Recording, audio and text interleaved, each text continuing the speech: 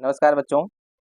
आज हम इस वीडियो में 10वीं कक्षा की संस्कृत की पाठ्य पुस्तक सेमुसी भाग 2 के दूसरे पाठ बुद्धिर बलवती सदा को सरल करने जा रहे हैं। पिछली वीडियो में हमने पहला पाठ और उसके अभ्यास को सरल कर लिया था। जिस किसी ने उस वीडियो को नहीं देखा है तो आप इस वीडियो की डिस्क्रिप्शन बॉक्स में लिंक से उसे देख सकते हैं। पहले पाठ का सार देखते हैं। द्वितीय पाठ है दूसरा पाठ, बुद्धिर बलवती सदा, बुद्धि हमेशा बलवती होती है। प्रस्तुत पाठ सुख सप्तति नामक प्रसिद्ध कथा ग्रंथ से संपादित कर लिया गया है। अर्थात ये जो पाठ है बुद्धिर बलवती सदा, यह सुख सप्तति नामक प्रसिद्ध कथा ग्रंथ से लिया गया है। इसमें अपने दो छोटे छोटे पुत्रों के साथ जंगल के रास्ते से पिता के घर जा रही बुद्धिमती नामक नारी के बुद्धि कौशल को दिखाया गया है। अर्थात इस पाठ में एक औरत है, एक नारी है जिसका नाम बुद्धिमती है और वो अपने दोनों पुत्रों को लेकर जंगल के रास्ते से अपने पिता के घर जा रही थी और उस दौरान जो उसने बुद्धि कौशल का प्रदर्शन किया, दिखाया, उसका वर्णन यहाँ है, जिसके द्वारा सामने आए हुए शेर को डराकर वो भगा देती है। इस कथा ग्रंथ में नीति निपुण सुख और सारिका की कहानियों के द्वारा अप्रत्यक्ष रूप से सद्वृत्ति का विकास कराया गया है। इसका पहला पैराग्राफ आप देखें। अस्ति देउलाख्यो ग्रामः। अस्ति है देउल अर्थात देउल नाम का, आख्यो नाम का, ग्रामः गांव, देउल नाम का गांव है। तत्र राजसिंहः नाम राजपुत्रः वसति स्म। तत्र वहां पर, कहां पर? देउल नाम के गांव में। राजसिंह नाम, राजसिंह नाम का, राजपुत्र राजा का पुत्र, वसति स्म रहता था। एकदा केनापि आवश्यक कार्येन तस्य भार्या बुद्धिमती पुत्रद्वयोपेता पितुर्गृहं प्रति चलिता। एकदा, एक बार, केनापि आवश्यक कार्येन, किसी भी आवश्यक कार्य से, तस्य भार्या, उसकी भार्या अर्थात पत्नी, बुद्धिमती अर्थात राजपुत्र, राजा का जो पुत्र है राज सिंह, उसकी एक भार्या है, पत्नी है, जिसका नाम है बुद्धिमती। वह अपने दोनों पुत्रों को लेकर पिता के घर की ओर चल पड़ी। मार्गे गहन कानने सा एकम व्याघ्रम ददर्श। मार्गे, मार्ग में अर्थात रास्ते में, गहन कानने, गहन जंगल में, सा उसने, एकम व्याघ्रम, एक बाघ को, ददर्श देखा। मार्ग में गहन जंगल में उसने एक बाघ को देखा। सा व्याघ्रम आगच्छन्तं दृष्ट्वा धृष्ट्रयात् पुत्रौ चपेटया प्रहृत्य जगाद। सा, वह, व्याघ्रम आगच्छन्तं दृष्ट्वा, बाघ को आता हुआ दृष्ट्वा देखकर, धाष्ट्रयात्, दिठाई से, पुत्रौ, दोनों पुत्रों को, चपेटया, थप्पड़ से, प्रहृत्य, पीटते हुए, मारते हुए, जगाद, बोली। वह बाघ को आता हुआ देखकर दिठाई से दोनों पुत्रों को थप्पड़ मारते हुए बोली, कथम एकैकसो व्याघ्र भक्षणाय कलहम कुरुथः। कथम एकैकसो, कैसे, एक एक, व्याघ्रम भक्षणाय, बाघ को खाने के लिए, कलहम, कलह अर्थात झगड़ा, कुरुथ, करते हो। कैसे एक एक बाघ को खाने के लिए झगड़ा करते हो। अयम एकस तावत विभज्य भुज्यता। अयम एकस, यह एक है, तावत तो, विभज्य बांटकर, भुज्यताम खा लो। अर्थात यह एक है इसलिए आधा आधा बांटकर इसे खा लो। पश्चात अन्यो द्वितीयः कश्चित् लक्ष्यते। पश्चात, बाद में, अन्य, अन्य, द्वितीय, दूसरा, कश्चित, कोई, लक्ष्यते, ढूंढा जाएगा। बाद में दूसरा कोई ढूंढा जाएगा। इति श्रुत्वा व्याघ्रमारी काचिद अयम इति मत्वा व्याघ्रो भयाकुल चित्तो नष्टः। इति श्रुत्वा, यह सुनकर, व्याघ्रमारी, बाघमारी अर्थात बाघों को मारने वाली, काचिद अयम इति, कोई यह है, इति मत्वा ऐसा मानकर, व्याघ्रो वह बाघ, भयाकुल चित्तो नष्टः भय से व्याकुल चित्त वाला, नष्टः नष्ट हो गया अर्थात वहां से भाग गया।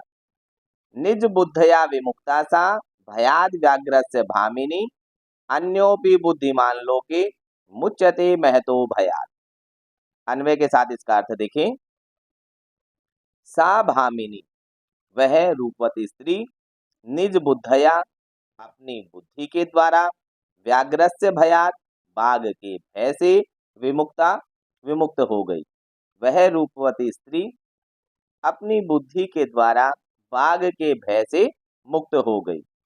लोके संसार में, अन्य बुद्धिमान अपि, अन्य बुद्धिमान अपि भी, महत भयात बड़े से बड़े भय से, मुच्यते मुक्त हो जाते हैं। अर्थात भय से बचने के लिए शारीरिक शक्ति की आवश्यकता नहीं होती है, बुद्धि कौशल से बड़े भय से भी मुक्त हुआ जा सकता है, जैसा कि यह स्त्री बाघ के भय से मुक्त हो गई। इसके बाद आपको प्रसंग लिखना है, क्योंकि पेपर में प्रसंग सहित सरलाट करना आता है। प्रसंग है इसका प्रस्तुत गद्यांश हमारी संस्कृत की पाठ्य पुस्तक सेमुसी भाग 2 में संकलित पाठ बुद्धिर बलवती सदा से लिया गया है अर्थात संकलित है। यह पाठ सुख सप्तति नामक प्रसिद्ध कथा ग्रंथ से संकलित है। इसमें बुद्धिमती स्त्री के बुद्धि कौशल के द्वारा बताया गया है कि परिस्थिति कैसी भी हो, हमेशा बुद्धि से उसका हल निकाला जा सकता है। तो प्यारे बच्चों, आप भी अगर अपनी बुद्धि का इस्तेमाल करके, बुद्धि का प्रयोग करके किसी भी मुसीबत का, किसी भी परिस्थिति में हल निकाल सकते हो। सरलार्थ आपने देख लिया है। अगर किसी को सरलार्थ देखकर लिखना है तो आप वीडियो को रोक के सरलार्थ लिख सकते हैं। अगला गद्यांश देखें। भयाकुलम व्याघ्रम दृष्ट्वा कश्चित् धूर्तः श्रृगालः हसन्नाह। भयाकुलम, भय से व्याकुल, व्याघ्रम, बाघ को, दृष्ट्वा, देखकर, कश्चित्, कोई, धूर्तः श्रृगालः, धूर्त सियार अर्थात गीदड़, हसन हंसते हुए, आह बोला। भय से व्याकुल बाघ को देखकर कोई धूर्त गीदड़ हंसते हुए बोला, भवान कुतः भयात पलायितः। भवान आप, कुतः कहाँ से, भयात भय से, पलायित भाग रहे, आप कहाँ से भय से भाग रहे, अर्थात आप डरकर कहाँ भागे जा रहे हो। व्याघ्र, अब वो बाघ कहता है, गच्छ गच्छ जम्बुक, जाओ जाओ गीदड़, त्वमपि कंचित गूढ़ प्रदेशम, त्वम अपि तुम भी, कंचित किसी, गूढ़ प्रदेशम गुप्त स्थान पर, तुम भी किसी गूढ़ प्रदेश में, गुप्त स्थान में चले जाओ। यतो व्याघ्र मारीति या शास्त्रे श्रूयते तयाहम हंतुम आरब्धः परम गृहीत कर जीवितो नष्टः शीघ्रम तदग्रतः। यतो, क्योंकि, व्याघ्र मारीति, व्याघ्र मारी अर्थात बाघों को मारने वाली, या जो, शास्त्रे श्रूयते शास्त्र में सुनी जाती है, तया अहम उसके द्वारा मैं, हंतुम आरब्ध मारना आरंभ ही किया था अर्थात वह मुझे मारना चाहती ही थी, हमला करने ही वाली थी, परम गृहीत कर जीवितो परंतु जान हथेली पर रखकर, नष्ट नष्ट हो गया अर्थात भाग गया, शीघ्रम तदग्रत शीघ्रता से उसके आगे से। क्योंकि बाघ मारी जो शास्त्रों में सुनी जाती है वह मुझे मारने ही वाली थी, परंतु जान हथेली पर रखकर उसके सामने से शीघ्रता से मैं भाग गया, ओझल हो गया। श्रृगालः, वह गीदड़ कहता है, व्याघ्रः, हे बाघ, त्वया महत् कौतुकम आवेदितम, तुमने बहुत आश्चर्य की बात कही है। महत् कौतुकम, बहुत आश्चर्य की, आवेदितम, बात कही है। यत मानुषाद अपि विभेसी, तुम मनुष्य से भी डरते हो। व्याघ्रः, अब वह बाघ कहता है, प्रत्यक्षम एव मया सात्मपुत्रौ एकैकसो मामत्तुं कलहाय मानव चपेटया प्रहरन्ति दृष्टा। प्रत्यक्षम एव मया, प्रत्यक्ष रूप में मेरे द्वारा, एव ही, अर्थात मेरी आंखों के सामने ही, स आत्मपुत्रौ, वह अपने पुत्रों को, एकैकसो, एक एक करके, माम अत्तुम, मुझे खाने के लिए, कलहाय मानव, झगड़ते हुए, चपेटया प्रहंती दृष्टा, थप्पड़ से मारती हुई दृष्टा, देखी गई। अर्थात वह मेरी आंखों के सामने ही एक एक करके मुझे खाने के लिए झगड़ते हुए अपने दोनों पुत्रों को थप्पड़ से पीटते हुए मुझे दिखाई पड़ी। जम्बुकः, अब वो गीदड़ कहता है, स्वामिन, हे स्वामी, यत्रास्ते सा धूर्ता तत्र गम्यताम, यत्र अस्ते, जहाँ पर है, सा धूर्ता, वह धूर्त स्त्री, तत्र, वहाँ, गम्यताम, ले चलो, अर्थात मुझे वहां ले चलो जहाँ वो धूर्त स्त्री है। व्याघ्र, हे बाघ, तव पुनः तत्र गतस्य सा सम्मुखम अपेक्षते यदि तर्हि त्वया अहम हंतव्य इति। तव पुनः, तुम्हारे दोबारा, तत्र गतस्य, वहां पर जाने पर, सा, वह स्त्री, सम्मुखम अपेक्षते यदि, यदि सामने दिखाई भी दे जाए, तरही, तो, त्वया, तुम्हारे द्वारा, अहम हंतव्य इति, मुझे मार देना चाहिए। अर्थात तुम्हारे दोबारा जाने पर अगर वो सामने टिक भी जाए, दिखाई भी दे जाए, तो तुम मुझे मार देना। प्रसंग आप उसी प्रकार से हर गद्यांश के साथ लिखते जाएंगे। प्रसंग के बाद आप सरलार्थ लिखेंगे और उसके बाद अगला गद्यांश देखते हैं। व्याघ्र, वह बाघ कहता है, श्रीगाल, हे सियार, हे गीदड़, यदि त्वं मां मुक्त्वा यासि तदा वेलापि वेला स्यात्। हे सियार, यदि त्वं, यदि तुम, मां मुक्त्वा यासि, मुझे छोड़कर, यासि, चले जाते हो, भाग जाते हो, तदा वेलाप्य वेला स्यात्, तो वह शर्त भी व्यर्थ हो जाएगी। ये क्या कहा था गीदड़ ने कि अगर वो तुम्हारे दोबारा जाने पर सामने दिख भी जाए तो आप मुझे मार देना। तो बाघ को ऐसा लगा कि कहीं तुम ही मुझे छोड़कर भाग न जाओ। बाघ डरा हुआ था। जम्बुकः, अब वो सियार कहता है, गीदड़ कहता है, यदि एवं तरही, यदि ऐसा है तो, माम, मुझे, निज गले बद्धवा, मुझे अपने गले में बांधकर, चल सत्वरम, शीघ्रता से चलो। यदि ऐसा है तो मुझको अपने गले में बांधकर शीघ्रता से चलो। स व्याघ्रः, वह बाघ, तथा कृत्वा काननम ययौ,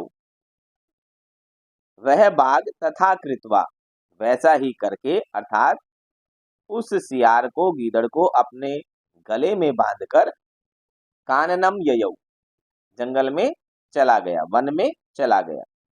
श्रीगालेन सहितम, सियार के साथ, गीदड़ के साथ, पुनः आयांतम व्याघ्रम दूरात दृष्ट्वा, पुनः आयांतम, दोबारा आते हुए, व्याघ्रम, बाघ को, दूरात दृष्ट्वा, दूर से ही देखकर, बुद्धिमती चिंतितवती, बुद्धिमती सोचने लगी। सियार के साथ, गीदड़ के साथ, बाघ को फिर से आते हुए दूर से ही देखकर बुद्धिमती सोचने लगी। जम्बू कृतोत्साहाद व्याघ्रात कथम मुच्यताम, जम्बू कृतोत्साहाद, गीदड़ के द्वारा उकसाए गए, व्याघ्रात, बाघ से, कथम मुच्यताम, कैसे छुटकारा पाया जाए। गीदड़ के द्वारा उकसाए गए बाघ से कैसे छूटा जाए। परम प्रत्युत्पन्नमति, परंतु हाजिर जवाब वह स्त्री, सा वह स्त्री, जम्बुकम उस सियार को, आक्षिपंती अंगुल्या, अंगुली से आक्षेप करती हुई, तर्जयंती उवाच, फटकारते हुए बोली। वह हाजिर जवाब स्त्री उंगली उठाकर गीदड़ को फटकारते हुए बोली, रे रे धूर्त त्वया दत्तम मह्यम व्याघ्रत्रयम पुरा, विश्वास्यादैकमानीय कथम यासी वदाधुना। अन्वय के साथ इसका सरलार्थ देखें। रे रे धूर्त, अरे अरे धूर्त, त्वया मह्यम, तुम्हारे द्वारा मुझे, पूरा पहले, व्याघ्रत्रयम दत्तम, 3 बाघ दिए थे, विश्वास्यापि, विश्वास दिलाकर भी, अद्य आज, एकम आनीय, एक को ही लाकर, कथम कैसे, यासी जा रहे हो, इति अधुना वद, यह अब बताओ। अर्थात वह बुद्धिमती स्त्री बाघ को सुनाकर उस गीदड़ को कहती है, बाघ को ये विश्वास दिला देती है कि जैसे उस गीदड़ को किसी ने भेजा था कि बाघ को बहला फुसलाकर मेरे पास ले आओ, और इस प्रकार से कहती है कि पहले तूने मुझे 3 बाघ इसी प्रकार से बहला फुसला कर दिए थे, और आज विश्वास दिलाकर केवल एक को ही लेकर आ रहे हो, तो ऐसा क्यों कर रहे हो मुझे बताओ।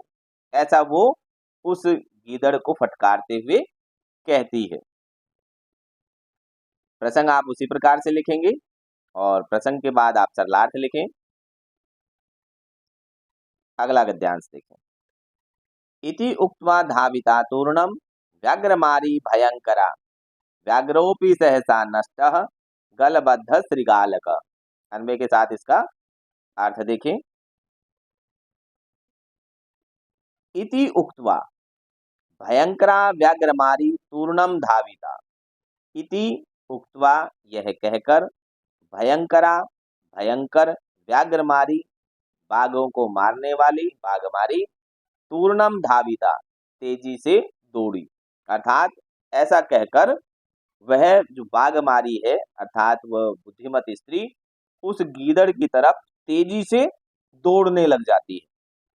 गलबद्ध श्रृगालकः, व्याघ्र अपि सहसा नष्टः। गलबद्ध श्रृगालकः, गले में बंधा हुआ सियार के साथ, व्याघ्र अपि, बाघ भी, सहसा नष्टः, अचानक भाग गया। एवं प्रकारेण, इस प्रकार से, बुद्धिमती, वह बुद्धिमती स्त्री, व्याघ्रजात भयात, बाघ से उत्पन्न भय से, पुनः अपि, दूसरी बार भी, पुनः अपि, दोबारा भी, मुक्ता अभवत, मुक्त हो गई। अतएव उच्यते, इसलिए कहा गया है, बुद्धिर बलवती तन्वी सर्वकार्येषु सर्वदा, सर्वदा हमेशा, सर्वकार्येषु सभी कार्यों में, तन्वी, हे सुंदर स्त्री, बुद्धिर बलवती, बुद्धि बलवती होती है।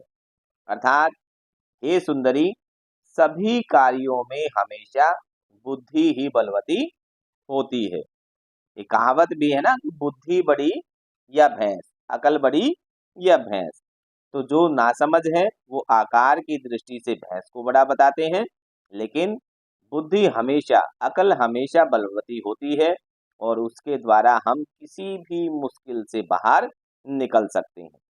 और इसके बाद आप प्रसंग लिखेंगे, प्रसंग के साथ आप सरलार्थ लिखें। और इसके साथ आज हमने 10वीं कक्षा की संस्कृत की पाठ्य पुस्तक सेमुसी भाग 2 के दूसरे पाठ बुद्धिर बलवती सदा का सरलार्थ सरल किया है। आप वीडियो को लाइक और शेयर करें, चैनल को सब्सक्राइब करें, नोटिफिकेशन के लिए बेल आइकन को दबाना न भूलें।